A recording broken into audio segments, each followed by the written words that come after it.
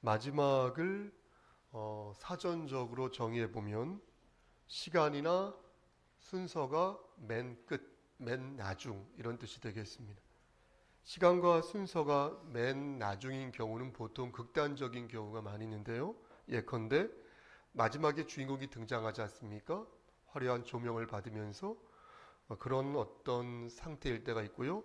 아니면 반대로 너무나 쓸쓸하고 혹은 무기력하고 외롭게 최후를 맞이하는 경우가 왕왕 있는 것입니다. 어떤 자료를 보니까 마지막이라는 이 말이 있지 않습니까? 이 말이 그 고대 이집트어에서 유래됐다라고 하는 것을 보았습니다. 어떻게 발음해야 될지 모르겠는데 사자를 뜻하는 MAJ, 이게 이집트어가 모음이 없으니까 마기라고 하겠습니다. MAJ 혹은 마지 이렇게 발음하겠습니다. 이게 사자라는 뜻인데 또 절망에 처하다라는 뜻으로 MAGI, 이것도 그냥 마지 혹은 마기라고 하겠습니다. 그러니까 마지막이라는 단어는 사자 앞에서 피할 수 없는 어떤 절박한 상황에 이르렀다라는 말에서 유래됐다고 합니다. 오늘은 2025년 마지막 회중 예배지 않습니까? 그런데 여러분들은 지금 어떤 상황인지 저는 몹시 궁금해지는 것입니다. 화려하고 열렬한 조명을 받고 있는 상태인 것인지, 아니면 쓸쓸하고 외로운 끝물에 처한 그런 상황인 것인지, 아니면 사자 앞에 놓인 생쥐처럼 절박한 상황에서 오도 가도 못하는 그런 상황인 것인지 어떤지 저는 궁금해지는 것입니다. 하지만 지금까지 말씀드린 상황은 모두 다 예측이 불가능한 상황인 것이니 이럴수록 우리는 어떻게 해야 되겠습니까? 더욱더 예측 가능하고 또 믿음직한 누군가에 의해 통제받고 싶은 욕망이 갈수록 더해지는 것입니다. 우리는 하나님을 믿는 사람으로서 어떤 사람들입니까? 하나님께 선택된 백성들입니다. 하늘의 백성들은 어떻습니까? 제가 생각할 때는 하늘의 백성들은 말보다 실천하는 것을 더 좋아하는 것 같습니다. 그리고 하늘의 백성들은 섬김을 받는 것보다 섬기는 것을 더 편하게 생각하고 좋아하는 것 같습니다. 또 모든 복이 하나님에게 있으니 하나님을 경외할 때 나에게 예비된 복들을 다 받을 수 있을 것이다, 이렇게 믿고 있는 것 같습니다. 또 외적인 화려함이 있죠. 화려한 거 있지 않습니까? 그런 것보다는 내적인 어떤 견고함, 실팍함 이런 것들을 더 중요하게 생각하는 것 같습니다. 그러다 보니 점점 그런 사람들을 만나게 되겠죠. 또 반대로 그렇지 않은 사람들을 멀리하게 되겠죠. 경계하게 되겠죠. 그러다 보니까 삶의 본질과 신앙의 본질을 아울러 생각하게 되니까 그들이 서 있는 그 자리는 예수의 냄새가, 예수의 향기가 발하여지는 것입니다. 오늘 본문을 보면 야하시엘이라는 인물과 또 왕 여호사밧이라는 인물이 등장합니다. 이 야하시엘은 절체절명의 위기에 빠진 남쪽 유다 백성들에게 하나님의 말씀을 전달하는 예언자였고요. 이 여호사밧은 여호사밧이니까 유다의 네 번째 왕이 되겠습니다. 이 여호사밧은 하나님과 백성 괜찮습니다. 하나님과 백성들에게 꽤 괜찮은 평가를 받은 그런 사람이었습니다. 왕이었습니다. 여호사밧은 아버지가 아사였거든요. 이 아버지 아사 왕을 본받아서 하나님을 잘 섬기고 옳은 일을 행한 왕이었는데, 특히 이 사람이 어떤 일을 행했냐면은 우상 숭배를 금했습니다. 그리고 아세라 있죠? 이 아세라 단상들과 이 목상들이죠. 이 목상들과 이 산당들 있지 않습니까?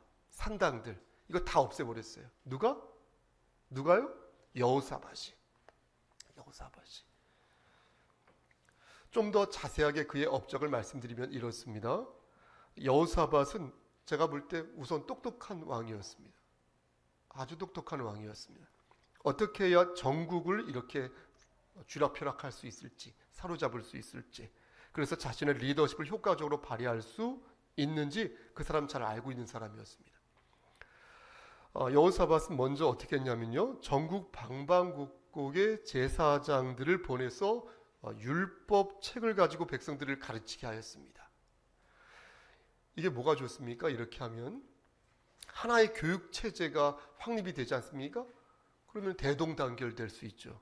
옛날에 중국이 공자 가지고 그렇게 했던 것처럼 지금도 그렇게 하는지 모르겠으나, 그러니까 하나의 교육 체계가 확립됨으로써 민심을 결집할 수 있게 된 것입니다. 또 여호사밧은 유다의 모든 성읍에 군대를 배치하여서 국방력을 튼튼하게 하였습니다. 그렇게 국방력을 강화하다 보니까 이 주변 국가였던 아라비아, 또 어디 있죠? 블레셋, 이런 나라들 있지 않습니까? 이런 나라들이 이 여호사밧에게 조국을 바쳤습니다. 그러다 보니까 물질적으로 풍부했죠. 그러니까 그 물질로 나라 살림을 풍성하게 만들 수 있었습니다. 여러분, 그뿐만이 아닙니다. 여호사밧은 사법부를 개혁하였는데 각 성읍에 재판관들을 세워가지고요, 정의로운 재판이 이루어지도록 힘썼습니다. 체제를 정비한 것이죠. 그런데 이렇게 주도 면밀하게 일을 열심히 하는 사람들을 보면요, 저는 하나의 어떤 공통점을 발견하는 것입니다. 그런 사람들을 보면 꼭 그런 건 아닌데 대개 자기가 놓은 덫에 자기가 걸려드는 경우가 왕왕 있습니다. 그러니까 주도 면밀한 사람들 가만히 보십시오. 주도 면밀한 사람들을, 그 사람들 일을 이렇게 진행하다 보니까 선택과 결정이 다소 빠를 때가 있고요. 그러다 보니까 자가당책에 빠지거나 실책을 범하는 경우가 왕왕 있는 것입니다. 여호사밧도 안타깝게도 그랬다라는 것입니다. 그가 범한 잘못을 몇 가지만 말씀드릴게요. 먼저 북이스라엘 있지 않습니까? 이 여호사밧은 유다 쪽이고 북이스라엘 왕이 당시에 아합이었는데 이 아합과 동맹을 맺었습니다.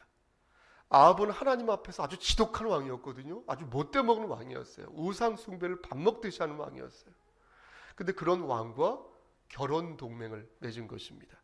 자신의 아들 여호람을 아합의 아들 아달랴와 정략적으로 결혼을 시킴으로써 결과적으로 큰 위기에 봉착하게 되는 것입니다.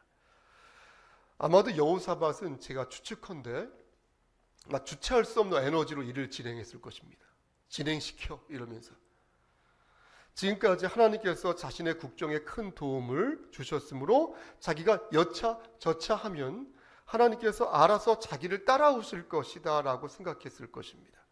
그러니까 처음에는 안 그랬는데 이 여호사밧이 시간이 지나면서 자기가 앞장서는 거예요.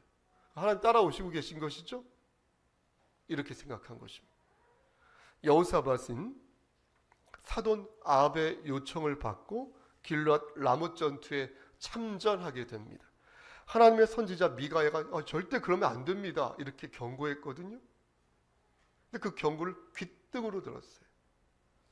내가 이렇게 하면 하나님이 알아서 나를 따라올 거야 라는 착각을 했습니다. 여러분, 결국 어떻게 됐습니까?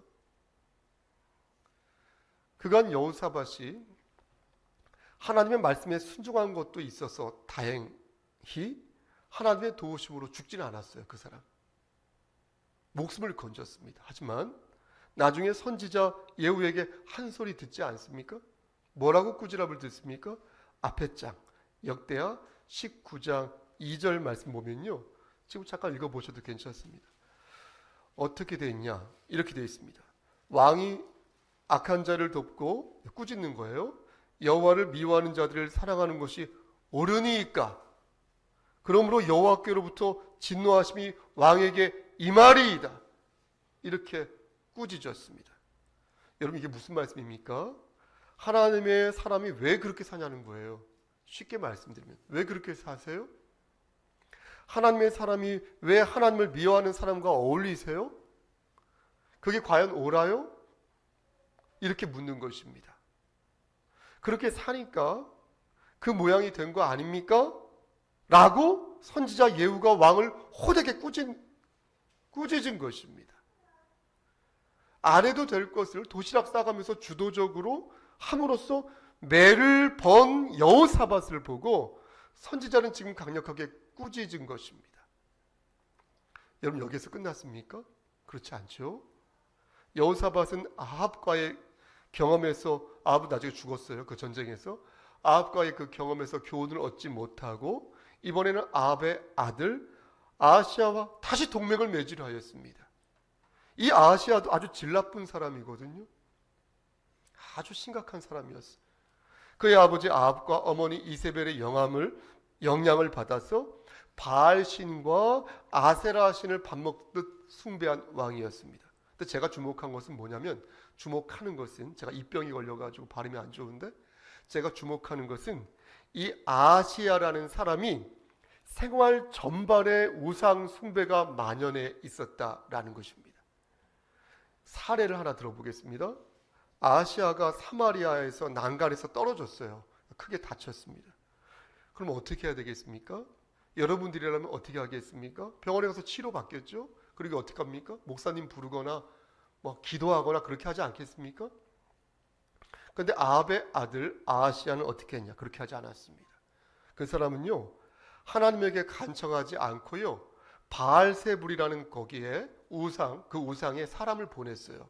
그래서 자신이 나을 수 있습니까? 나을 수 없습니까?를 물어보라고 했어요. 여러분, 안 좋은 쪽으로 대단하지 않습니까? 한 나라의 왕이 수시로 귀신에게 찾아가서 저 어떻게 될 것 같습니까? 라고 물어봐 달라 혹은 물었다라는 것이, 여러분, 그렇게 자문을 구했다는 것이 놀랍지 않습니까? 너무도 부끄럽지 않습니까?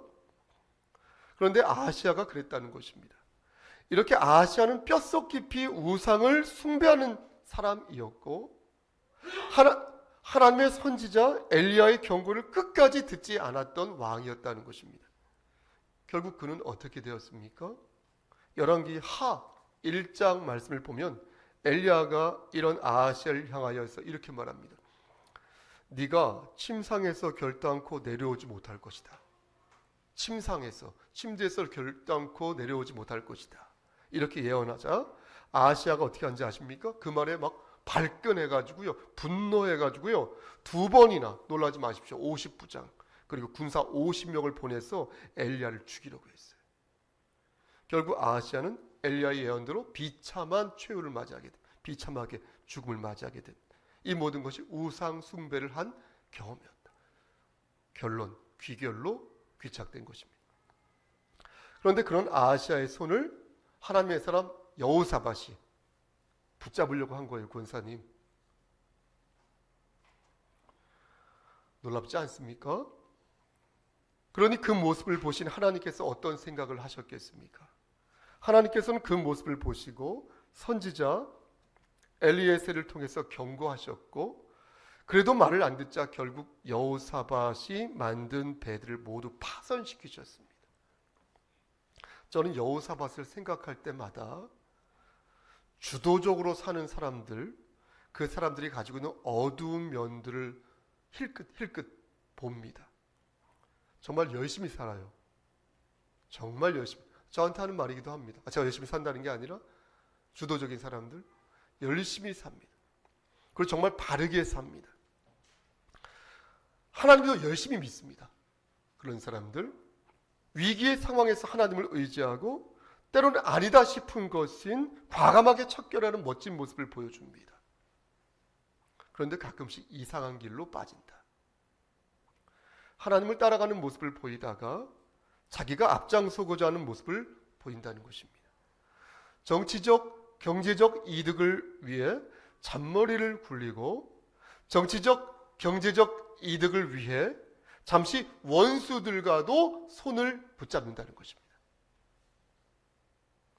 여러분, 신앙도 좋고 인격도 겸비되어 있는데 현실적인 필요에 따라서 하나님의 뜻을 잊어버리고 그리고 그릇된 선택을 한다는 것입니다. 여러분, 이런 사람들을 우리 뭐라고 부르죠?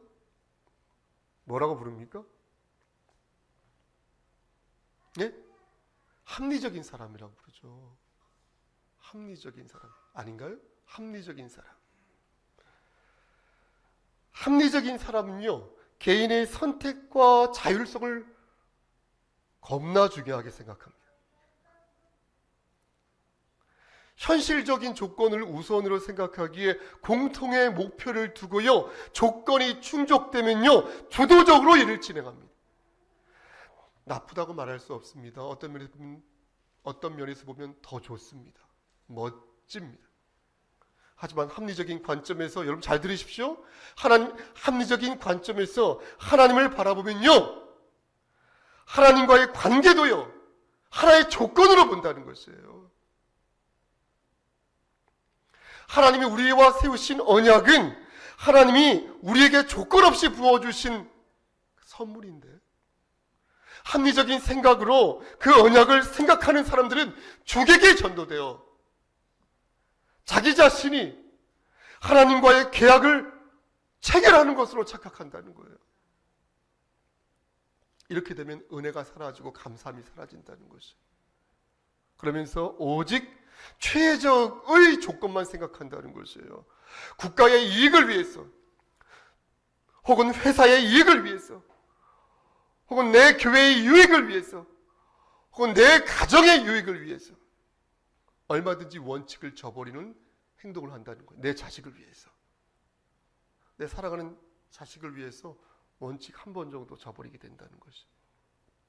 그런데 여호사밧이 그렇게 했다는 것입니다. 국가의 이익과 정치적 이득과 자신의 권력을 위해 하나님이 지키라는 원칙을 저버리고 현실적으로 마음의 경영을 하였다는 것입니다. 그런데 오늘 본문 역대하 20장 말씀 있지 않습니까? 이 말씀은 그런 여호사밧과의 모습과는 상당히 거리가 있다는 것입니다. 여호사밧이 보여준 모습은 하나님을 의지하는 모습이었습니다. 20장에서 모압 자손과 암몬 자손이 마온 사람들과 연합하여서 유다를 치려고 올라왔을 때 여호사밧은 어떻게 했습니까? 그들의 군대, 엄청난 군대 그 숫자를 보고서 그냥 자지러질 정도로 놀랐습니다. 이에 여호사밧이 어떻게 했는지 아십니까? 하나님을 향하여서 자신의 낯을, 하나님을 향하여서 이렇게 낯을 들었어요. 그리고 하나님께 기도했습니다. 온 백성에게 금식을 선포했습니다. 그렇게 간구하였더니 오늘 본문에서 말씀하듯 야하시엘이 하나님의 말씀을 예언하였는데, 여러분 뭐라고 예언하였습니까? 15절 말씀 중간에 보시면 이 큰 무리로 말미암아 두려워하거나 놀라지 말라. 이 전쟁은 너희에게 속한 것이 아니요 누구에게 속했다? 하나님께 속했다. 이렇게 말씀했다는 거예요. 하나님께서는 야하시엘의 입을 통해서 분명히 가르치셨습니다. 이 전쟁은 너희에게 속한 것이 아니라 하나님께 속했다. 하나님의 강력한 통치를 너희가 정말로 받든다면 너희는 이 전쟁에서 승리할 것이니 어떻게 할래? 하나님의 주권을 받들래? 아니 너의 주권을 가지고 지금처럼 밀어붙일래? 말씀 마칩니다. 사랑하는 송석교 성도 여러분, 여호사밧은 하나님의 강력한 통치를 의지하였습니다. 하나님의 주권을 인정하면서 그 하나님의 말씀에서 큰 위로와 용기를 얻었습니다. 자, 그렇다면 그 뒤에 여호사밧은 어떻게 되었을까요? 이 사건은 여호사밧이 변절되기 전의 사건일까요? 아니면 그 이후의 사건일까요? 역대하 20장 35절 말씀을 보면 그 답을 찾을 수 있습니다. 이것이 여호사밧이 죄를 짓기 전의 모습인지 아니면 죄를 짓고 난 이후의 모습인지 이 말씀을 보면 알 수 있습니다. 우리 함께 역대하 20장 35절 말씀을 찾아서 합독하도록 하겠습니다. 여기에서 하나의 단어가 나오는데 그게 바로 나중에, later, 나중에라는 단어가 되겠습니다. 35절 준비되셨습니까? 유다, 시작. 유다 왕 여호사밧이 나중에 이스라엘 왕 아시아와 교제하였는데 아시아는 심히 악을 행하는 자였더라. 여러분 뭐라고 말씀합니까? 애석하게도 오늘 이 사건은 그가 죄를 짓기 전의 사건이었다는 것입니다. 여호사밧은 하나님의 은혜를 경험했음에도 불구하고 결국 아하시아의 손을 잡은 것입니다. 하나님의 강력한 통치를 의지하기보다 경제적인 이유로, 정치적인 이유로, 군사적인 이유로 바로 하나님의 손을 밀쳐낸 것입니다.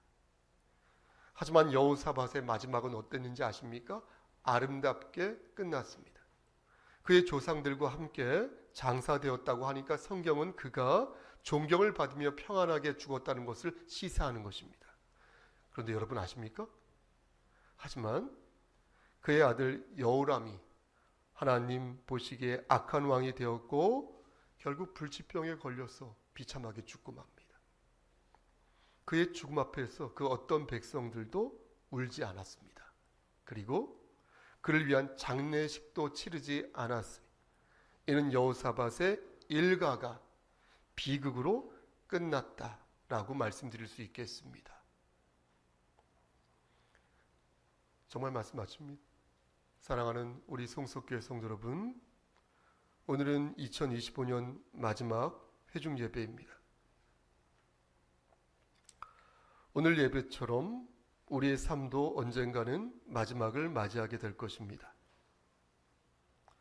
그렇다면 행복한 마지막을 맞이하려면 어떻게 할까요? 우리의 일가가, 또 우리의 교회가, 또 이 나라가 행복하게 마지막을 맞이하려면 어떻게 할까요? 귀 있는 자는 성령의 음성을 들으시기를. 하나님께서는 오늘 말씀을 들어 저와 여러분들을 가르치십니다. 이 전쟁은 너희에게 속한 것이 아니라 하나님에게 속하였다. 그러니 너는 전쟁 같은 삶을 살 때 너 자신을 의지하지 말고 하나님의 주권을 받들며 하나님만을 의지하라. 여러분, 아멘 소리가 작으신 여러분, 그러한 삶을 사시기를 주님 이름 받들어 간절히 축원합니다. 아멘. 기도하십니다. 하나님, 좁은 입으로 하나님 말씀을 대언하였습니다. 이 말씀만 잘 기억하여 실천할 수 있도록 도와주시옵소서. 예수님 이름으로 기도드렸습니다. 아멘.